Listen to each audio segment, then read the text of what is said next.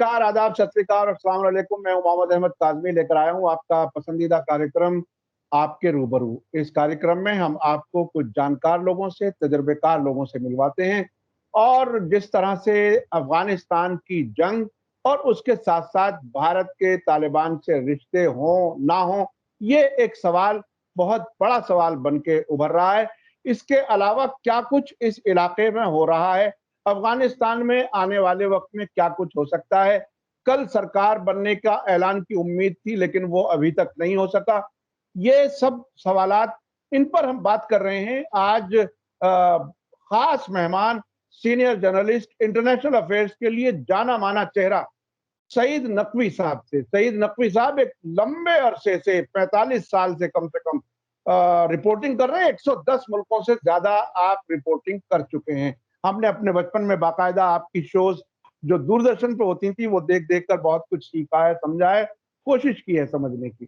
सईद नकवी साहब, वेलकम है आपका मीडिया स्टार वर्ल्ड को, आपने वक्त दिया। बहुत बहुत आप शुक्रिया।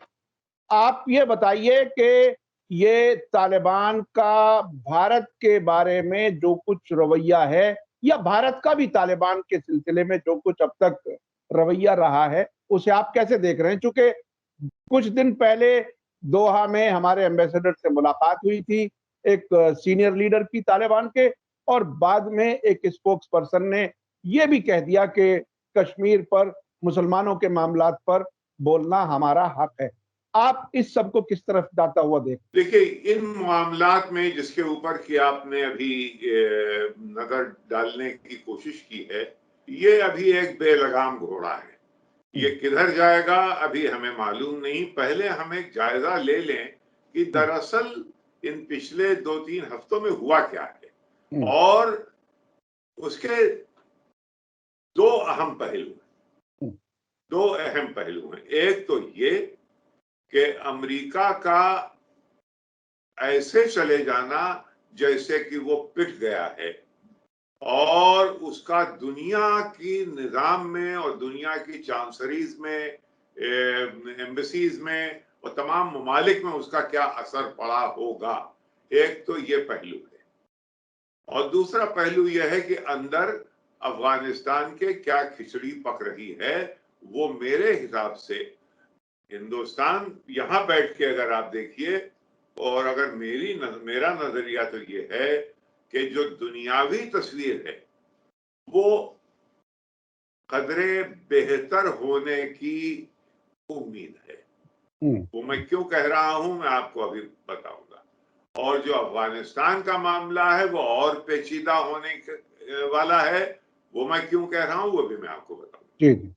देखिए, सबसे अहम चीज जो अभी हुई है वो है प्रेसिडेंट जो बाइडेन का जो अफगानिस्तान से निकलने के बाद एक स्पीच है। वो लंबी स्पीच है, उस पे उसका मुताला बहुत जरूरी है। उसमें बहुत अहम बातें कही हैं उन्होंने ये कहा है कि अब वो अहद खत्म हो गया जबकि अमेरिका सिर्फ मिलिटराइज करके, यानी वो तकरीबन ये कह रहे हैं कि जो हम लोगों ने नाम लिए बगैर, कि जो हमने इराक और सीरिया और लिबिया और सूडान और ये पनामा और ग्रेनाडा और अफगानिस्तान ये किया, अब वो नहीं होगा। ये बिल्कुल ये नेवर एंडिंग वॉर्स, ये तकरीबन जवाब है उस बात का। ट्रम्प, मैं कई दफा प्रोग्राम में भी, शायद आपके भी प्रोग्राम में कह चुका, बहुत अहम बात है वो कि ट्रम्प ने जिमी कार्टर से शिकायतन ये कहा कि हम क्या करें, चीन हमसे आगे चला जा रहा है। तो जिमी कार्टर ने मुड़ के जवाब दिया कि चीन 1978 की एक जो झड़प हुई थी वियतनाम के साथ, उसके बाद चीन ने कोई किसी वॉर में नहीं रहा है, किसी जंग में नहीं रहा है। हम जंग के अलावा और हमने कोई कहीं हमारी छवि, तस्वीर, इमेज कहीं और है नहीं। यही बात तकरीबन बाइडेन ने अपनी स्पीच में कही है। बहुत अहम तकरीर है, और अगर वो इसको कैरी कर ले गया तो वो अमेरिका की और दुनिया की तारीख में एक बिल्कुल नया प्रेसिडेंट बन के आएगा। ये अब मैं क्यों कह रहा हूं, वो कहता है कि इस मुल्क में जो बच्चा 20 साल का हुआ है उसने अमेरिका को एट पीस कभी देखा ही नहीं कि ये मुल्क शांति के काबिल है, उसने देखा ही नहीं। ये अच्छी बात है क्या? वो कह रहा है कि आपको ये मालूम होना चाहिए कि $300 million every day for 20 years, यानी $300 मिलियन पर डे 20 साल तक ये अखराजात थे। अब वो पैसे कहाँ गए वो दूसरा अफसाना है, लेकिन ये जो एक्सचेकर से गए वो ये थे। और जो चीजें आपका वो कहता है उसमें स्पीच में कि आप लोगों को नहीं मालूम है कि हमारे मुल्क में यहीं अमेरिका में 18 वेटरन्स सुसाइड करते हैं, खुदकुशी करते हैं हर दिन। हम यहाँ फार्मर्स की सुसाइड की बात कर रहे हैं, वहां वो कह रहा रोज 18 veterans commit suicide every day, क्योंकि इन जंगों से इतना ज्यादा एक साइकोलॉजिकल इम्बैलेंस दिमाग में दबाव में आ गया है। तो इसलिए ये फेज खत्म, और ये एक बहुत अहम, बहुत ही इम्पोर्टेंट, ये वो, बल्कि अगर कॉमन सेंस और दुनिया में हो तो ये वो तकरीर है जिसको कि उछाला जाए। उसके अंदर बहुत से पेच भी है, लेकिन उसमें इतना वक्त नहीं है कि हम उनको एक एक पॉइंट को हम टेकअप करें। मसलन ये कि अलकायदा को हमने खत्म कर दिया है, लेकिन उसमें यह है कि अलकायदा जो है अभी मौजूद है सीरिया में। इसका मतलब ये है कि अगर आप इंटरप्रेट करें कि अभी तुर्की के लिए हमारे पास कारतूस है, अब उसमें ना जाइए। अब एक तो ये दुनियावी रुख, एक बहुत बड़ा डिबेट अमेरिका के अंदर शुरू हो गया है कि क्या सिर्फ मिलिट्री एक्शन ही अमेरिका का फॉरेन पॉलिसी में रोल है। एक वहां है क्विंसी इंस्टीट्यूट, अभी हाल में खुला, बहुत अहम। उसमें ये कोक ब्रदर्स और जॉर्ज सोरोस, इन सब के पैसे, लिबरल है सोरोस, उसके पैसे कि भाई डेमोक्रेसी को बचाना है। वाकई सोरोस का एक ये है कि कैपिटलिज्म तो हो लेकिन डेमोक्रेटिक हो। ये नहीं कि आप चाहे वो ओरबान हो जाए हंगरी में या लपेन हो जाए फ्रांस में, या और मैं अनकरीब आसपास के लोगों की बात न करूंगा, लेकिन बहरहाल ये इसकी तरफ इशारा है उसका कि ये नहीं है। तो ये डिबेट वहां हो रहा है। मान के ये चलना चाहिए कि अमेरिका का प्रेसिडेंट सरकमस्क्राइब्ड है, वो जो चाहता है हमेशा वो नहीं होता। आपको याद रखना चाहिए कि यहाँ जब बराक ओबामा आए थे, कसमें खा के हल्फिया कि मैं आते ही गुआंटानामो बे को बंद कर दूंगा, क्योंकि ये अन अमेरिकन, ये हमारी अक्कासी नहीं करती, ये हमारी इमेज को खराब करती। आए, उनके सामने फॉर आइज ओनली फाइल रख दी गई, आज तक गुआंटानामो में चल रही है। तो ये लिहाजा इनकी जो ये स्पीच है उससे बहुत बड़ा डिबेट हुआ है। इसको ये कैरी थ्रू कहां तक कर पाएंगे ये नहीं मालूम, लेकिन अब दूसरी तरफ देख लीजिए, यानी अभी आस्तीनों में अभी खंजर कुछ क्या बाकी हैं। अब आप देखिए क्या हो रहा है। 15 अगस्त को जो कि हमारा यौम आज़ादी है, वही अफगानों का भी यौम आज़ादी हो गया, क्योंकि 15 अगस्त को तालिबान ने कैप्चर कर लिया काबुल में आके वो बैठ गए। सरकार अभी नहीं बनी है, लेकिन काबुल, और जनाब हमारे गनी साहब, जिसमें कि हमने अपने अंडे सब रख रखे थे जिस बास्केट में, वो मैं अंडों के गायब हो गए। बजरिया हवाई जहाज सुना है कि वो यूएई में हैं कहीं, तो पैसे वैसे भी ले गए। ये अफवाहें हैं, लेकिन अफवाहें हैं या सही है, क्योंकि रशियन मीडिया ने काफी इसको फरोग दिया कि साहब $169 मिलियन लेके गए। वो हेलीकॉप्टर में जब भर नहीं पाए तो वो वहीं छोड़ गए टारमैक पे। ये रशियन मीडिया ने कहा। अब ये जाहिर है अमेरिकी मीडिया तो ये नहीं कहेगा, क्योंकि गनी तो अमेरिकनों के ही बनाए हुए थे। इलेक्शन भी हार गए थे 2019 का, लेकिन उनको rabbit out of the hat बना के प्रेसिडेंट बना दिया गया था। अब हालात वहां ये हैं कि 15 को तालिबान आते हैं, 24 तारीख को अगस्त की विलियम बर्न्स जो कि CIA के डायरेक्टर हैं, उनको बाकायदा रिसेप्शन मिलता है और जनाब अब्दुल गनी बरादर उनसे मिलते हैं और कहा जाता सीक्रेट टॉक्स थी। भाई जिसने तुम्हें पीट के अभी भगाया है उसी वही तुम्हारा डायरेक्टर CIA का के सीक्रेट टॉक्स कर रहा है। ये माजरा है क्या? एक दो, हमको मालूम था, आपको मालूम था कि साहब ये ISIS के खुरासान ये तो वहां मौजूद थी, मौजूद बहुत दिनों से है। आपकी तो तब जब आपके फौजें वहां थी, आपका मिलिट्री इन्वॉल्वमेंट था, आपने क्यों नहीं खत्म कर दिया उसे? ये क्या जरूरत पड़ी कि 175 लोग एयरपोर्ट के बाहर हलाक हों, उसके बाद आप जाके एक ऐसा स्ट्राइक करें कि जिसमें कि उनको क्या हमने खत्म कर दिया। और उनसे पूछा गया लॉयड ऑस्टिन से, जो कि डिफेंस सेक्रेटरी हैं, वो गोल हो गए। ये हाँ, क्या क्या मतलब ISIS के से अब आपका कोई ताल्लुक नहीं है, तो कोई गोल मोल से थे वो। अब क्या है, पैसे उनके सब फ्रीज कर लिए गए हैं अमेरिका में, उनको कोई भी हेल्प मिलने वाली नहीं है। सब स्कॉर्च्ड अर्थ एक जंग में एक एक्सप्रेशन है कि हर चीज को बर्बाद करके चले जाओ। जो बर्बाद नहीं कर पाए वो असलहे थे जो उन ट्रूप्स के पास थे जिनको कि आपने तैयार किया था तालिबान से लड़ने के लिए। वो सब के सब तालिबान से जाके मिल गए हैं, वो हथियार उनके पास मुफ्त में आ गए। लेकिन जाते जाते आपने हवाई जहाज और हेलीकॉप्टर्स जितने भी एयरपोर्ट पे थे उनको आपने बिल्कुल उड़ा दिया, और ये कि वो किसी काम ना आ सके। ये एक पैसे हैं नहीं, पैसे दिए जाएंगे नहीं। सब चारों तरफ कौन कौन है?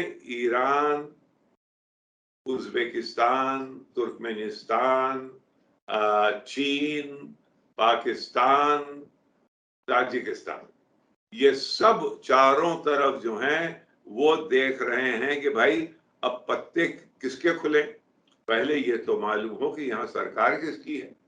सब अब हिंदुस्तान से ये कहा जा रहा है इनके कान में कि देखो कि इसमें इनका खेल, देखिए खेल कई होते हैं डिप्लोमेसी में। एक सिचुएशन है उसका हर एक फायदा उठाता है।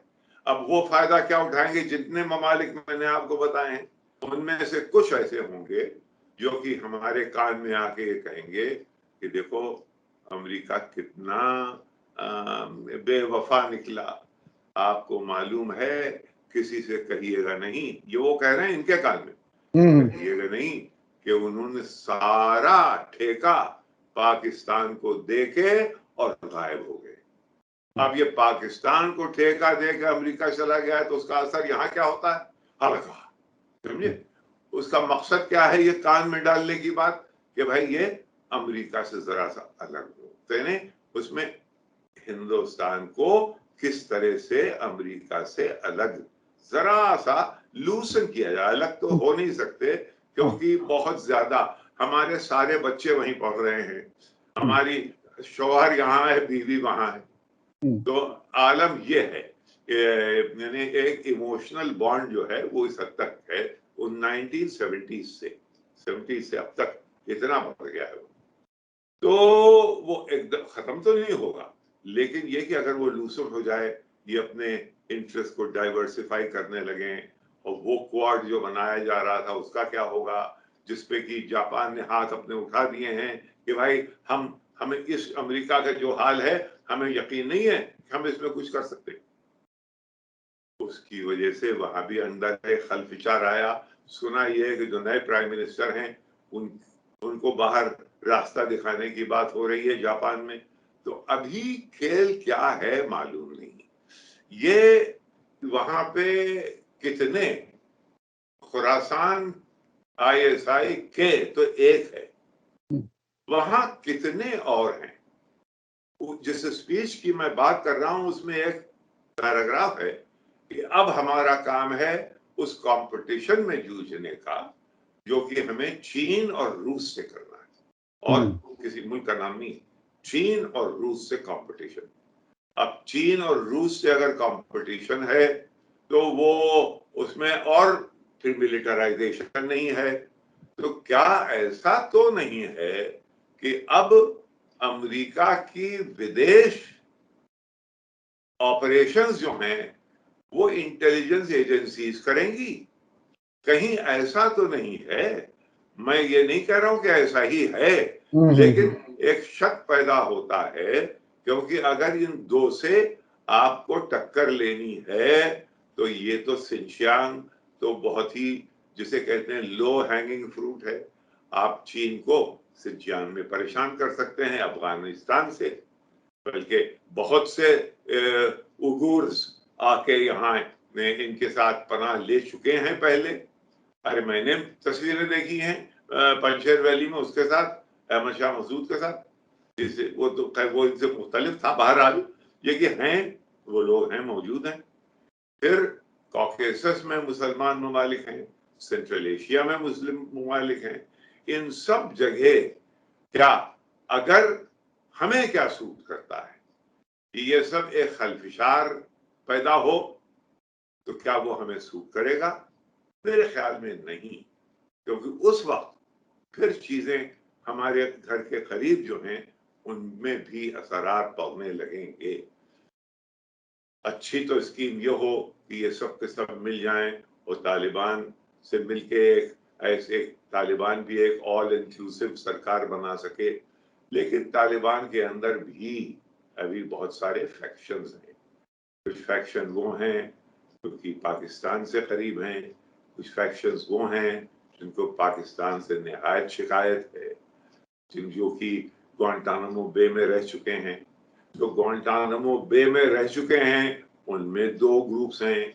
एक वो कि जो ग्वांटानामो बे से अगर 2015 को छोड़े गए तो किस एग्रीमेंट के साथ छोड़े गए, जो पहले छूट गए वो गुस्से में हैं, जो ये छूट गए तो पहले जैसे यूनिवर्सिटी से लेके, जैसे मिखाइल साकेशविली अमेरिकी यूनिवर्सिटी की डिग्रीज थी और उनको जॉर्जिया का प्रेसिडेंट बना दिया गया। जब वो वहां करप्शन के बाद गिर पड़े तो उनको भेज दिया गया है यूक्रेन। वो एलन सरक्रीक, ये थी इसकी लाइबेरिया की प्रेसिडेंट, वो हार्वर्ड की थी साहब, उनको हार्वर्ड से लाके बिठा दिया।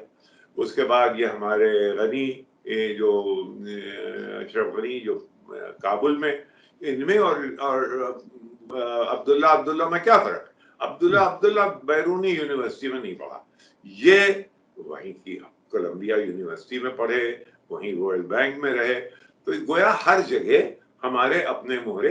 ये जो सोल सुपर पावर मूवमेंट था उसके डाउन स्ट्रीम भी ये इस किस्म के डिसीजंस लिए जा रहे थे वाशिंगटन में।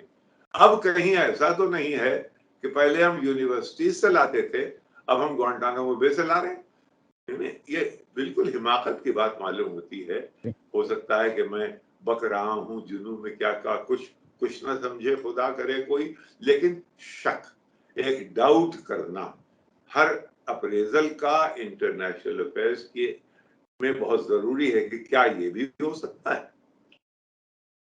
है, खुदा करे ऐसा ना हो। तो एक तरफ ये कि एक हंगामा खड़ा होने वाला है, ये सेटल नहीं होने देंगे तालिबान को, ये तालिबान को सेटल नहीं होने देंगे। बूट्स ऑन द ग्राउंड इन्होंने हटा लिए, लेकिन इनके बेसिस चारों तरफ हैं।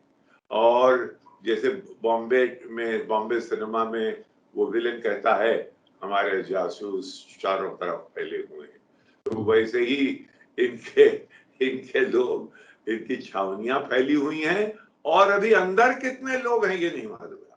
जी जी। तो अब जैसे अब मैंने कहा जी जी जी मैं वापस आना चाहता हूँ भारत के तालिबान से का जो भारत से मुताल्लिक जो तालिबान का बयान आया है कश्मीर के बारे में, क्या उस पर किसी तरह से संजीदगी से अभी गौर किया जाना चाहिए या बिल्कुल। अभी और इंतजार ही करना चाहिए? अभी देखिए ये एक एक शगुफा किसी एक विंग ऑफ तालिबान ने छोड़ा है और वो विंग बरसरे इक़्तिदार पावर में आएगा कि नहीं यह भी मालूम नहीं है। लिहाजा इस किस्म की खबरों को ये हमारे मीडिया को आप उड़ाने दीजिए, हुँ, उनको मालूम नहीं है। यानी आ रही हैं बिल्कुल इन मामलात से, क्योंकि ये गए नहीं है कभी वहाँ। जी, जी। इनका काम है यहाँ योगी की पॉलिटिक्स और लालू की पॉलिटिक्स और यहाँ पे इंटरनल अफेयर्स पे इनका और किसको थप्पड़ मार दिया गया और किसको लप्पड़ मार दिया गया और किसको ये सब है। तो इनको अच्छा, अब जो एक चीज़ है, वो एक सवाल मैं समझता हूँ सभी के ज़हन में है कि तालिबान के अमेरिका से ताल्लुकात कैसे रहने के इम्कान है? जो ये सीआईए के हेड मिल कर के गए हैं, जिनसे मिले हैं, उन्हीं के बारे में अब खबर आ रही है कि वो हुकूमत को हेड करने जा रहे हैं।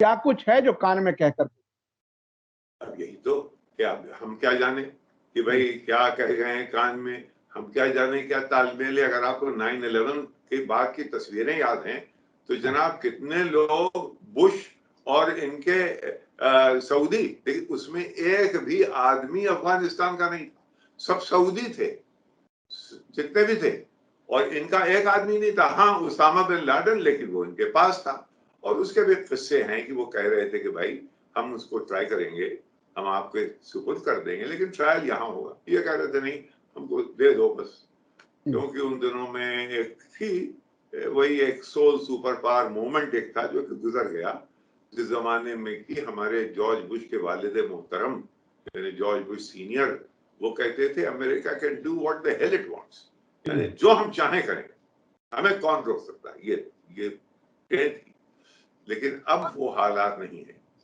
अच्छा, तालिबान पर पाकिस्तान का कितना असर रहेगा? क्या कुछ है अब तक आप क्या समझे? एक एक मसलन जैसे आप जानते हैं अब्दुल गनी बरादर साहब 8 साल तक उनकी जेलों में रहे, अब उनके मेहमान रहे कि जेल में रहे, हंटर पड़े कि हलवा मिला, ये हम और आप क्या जाने कि भाई ये, लेकिन वो हैं उनके ताल्लुकात हैं और ये कि अब वो किस किस पाए के हैं ये हम नहीं जानते।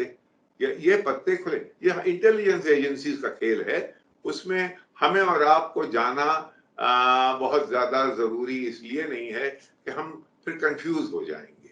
हुँ, फिर अगर बहुत ज्यादा आपको मालूम हो गया फिर वो आपका इस्तेमाल करना शुरू करेंगे, जी, आपके घर पहुंचेंगे कहें भाई जरा और बताइए और जी, ये जरा कहिए ये लाइन लीजिए। तो इसलिए ना ना इनकी दोस्ती अच्छी ना इनकी दुश्मनी अच्छी, पुलिस वालों से बस साहब सलामत दूर की अच्छी, ना इनकी दोस्ती अच्छी ना इनकी दुश्मनी अच्छी। जी, जी, जी। बहुत-बहुत शुक्रिया सईद नकवी साहब। आपके हर जुमले में कुछ ना कुछ सबक होता है सीखने के लिए और जिस तरह से अभी आप अमेरिका बहादुर को पुलिस की तरह से देख रहे हैं और आगे आने वाले वक़्त में क्या होगा नफ़रत, हेट एंड लव रिलेशनशिप अजीब किस्म की दिखाई दे रही है तालिबान के और अमेरिका के बीच। ये आने वाला वक़्त नहीं अभी बताएगा। अमेरिका अमेरिका में देखिए वहां पे रिफॉर्म हो जाएगा, यहाँ जरा सा मुश्किल हो रही है कि उसका इस्तेमाल इंटरनल पॉलिटिक्स में किसी हद तक हो गया है। हुँ, अब हुँ। उसको एकदम से अगर रोकें तो क्या वो हमारे लखनऊ के वोट पे असर पड़ेगा, कुछ महीनों के बाद होने वाला है। यहाँ पे कैलकुलेशंस दूसरे पाए के हैं, क्योंकि हमें यहाँ पे बरसरे इख्तिदार रहना है, पावर है। अब देखिए अभी जा रहे हैं हमारे, देखिए बहुत अहम चीज है 16 और 17 सितंबर को एक शंघाई कोऑपरेशन ऑर्गेनाइजेशन की एक समिट हो रही है अफगानिस्तान पे, दुशांबे में। दुशांबे वो मुल्क है जहां पे कि रूसी फौजें जो हैं वो ताजिकिस्तान और अफगानिस्तान के बॉर्डर को प्रोटेक्ट करती हैं। जी जी। और इसलिए वहां पे सब लोग होंगे और वहां पे तब तक पत्ते शायद खुल चुके होंगे कि क्या खेल बन रहा है। उस मीटिंग को बहुत क्लोजली देखना चाहिए। अच्छा, आखिर में बिल्कुल मुख्तसर थोड़ा सा आप बताइए कि ये जो इंडिया का, भारत का मीडिया जिसे गोदी मीडिया अक्सर कहा जाता है, वो अभी तक तालिबान को टेररिस्ट, आतंकवादी कह रहा है और जी दूसरी तरफ भारत सरकार मिल भी रही है उनके नुमाइंदों से। जी क्या जी जी। ये मीडिया भारत सरकार के लिए कुछ मुश्किलात तो नहीं खड़ी कर रही? ना, ऐसा नहीं है। ये पूछे बगैर तो वो बैतुल खला भी नहीं जाते। ये बगैर बगैर पूछे हुए ये इजाजत लेके, ये सिग्नल है। हुँ, सिग्नल जब मिलेगा कि भाई इसको रोको, तो हुँ, धीरे धीरे आपको मालूम होगा कि कोविड की खबरें आने लगेंगी जी, जी, और तमाम दुनिया में जो खबरें हैं वो आने लगेंगी। इसके बारे में तस्करा धीरे धीरे बंद हो जाएगा। तो हाँ, ये है। लेकिन ये कि अभी फिलहाल इशारा उनको ये नहीं नहीं दे सकते कि भाई बंद कर दो। जी, अभी तक तो वही सबको तैयार कर रखा तुमने, फजा जी, यही बना रखी है। और उस फजा को बिल्कुल बदलना मुज़िर होगा सियासत के लिए। तो अब ये विदेश मंत्रालय और इंटरनल सियासत, उसके गुलेल में यहाँ की पॉलिसी अभी फिलहाल है।